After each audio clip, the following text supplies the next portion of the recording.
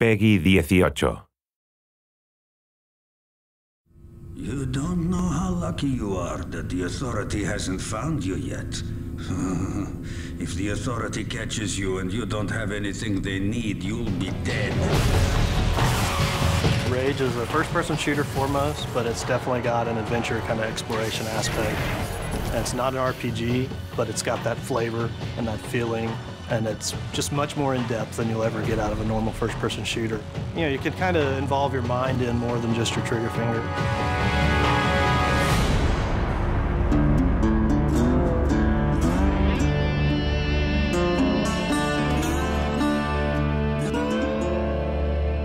Bad guys in the world, you know, we have everything. There's some bandits around the corner.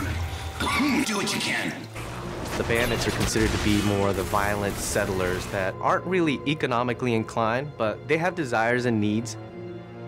Each bandit clan has a unique fighting style. It's ever-changing. For instance, the Ghost Clan. Hey, over there! They're very acrobatic. They can attack you from above or below. The Wasted Clan, what they lack in combat skills, they definitely make up for in personality. The Shrouded Clan, they've designed these remote control bomb cars that they use against you.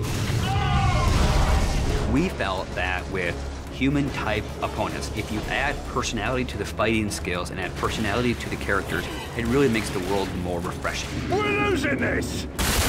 But if you fight that enemy for 12 hours, I don't care how cool he was in hour 1, it's not going to be so cool in hour 12. So it's about mixing it up for the player. Not reinventing the rules, but give him something a little different around every corner, so that's what we strive to do. The Wasteland has a number of mutants. So there's a bit of mystery to where the mutants came from. Some people believe that the cosmic radiation in the impact winter affected human development. But some people believe that the Authority were conducting experiments on humans, and the failures were, of course, the mutants. Then, of course, there's the Authority. You don't really get to understand or know what they're about until later in the game, and they've kind of twisted this new reality to be what it is that the player will eventually find out as he gets to the end of the game. These guys are battle-hardened military badasses. They have full body armor. They can coordinate with other squads. They have heavy weapons.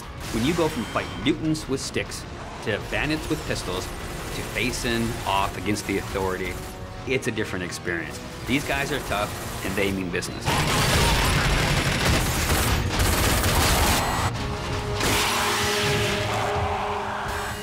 It is famous for having incredible graphics.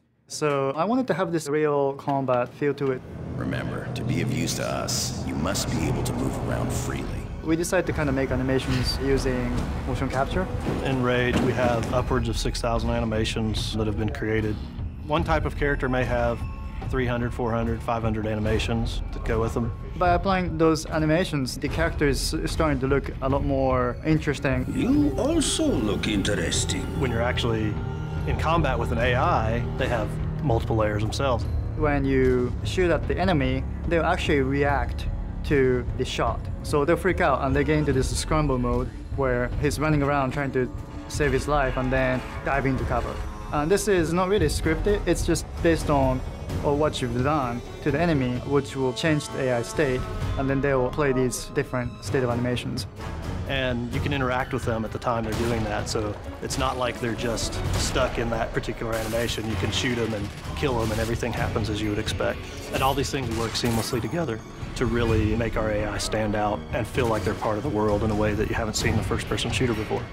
Well, enough with all that. When the player's interacting in a combat scenario, the important thing to do is give them choices. And there should never be a dead point when they're only thinking, oh, I'm just holding the trigger down to kill these guys. Unpredictability and the element of surprise makes a great enemy. It's when you enter a room, you think you know the situation, and the AI does something that you don't expect. Because I don't want them thinking of it as AI. I want them to think, wow, that's the best combat experience I ever had. Show me what you can do, and get the hell out of here.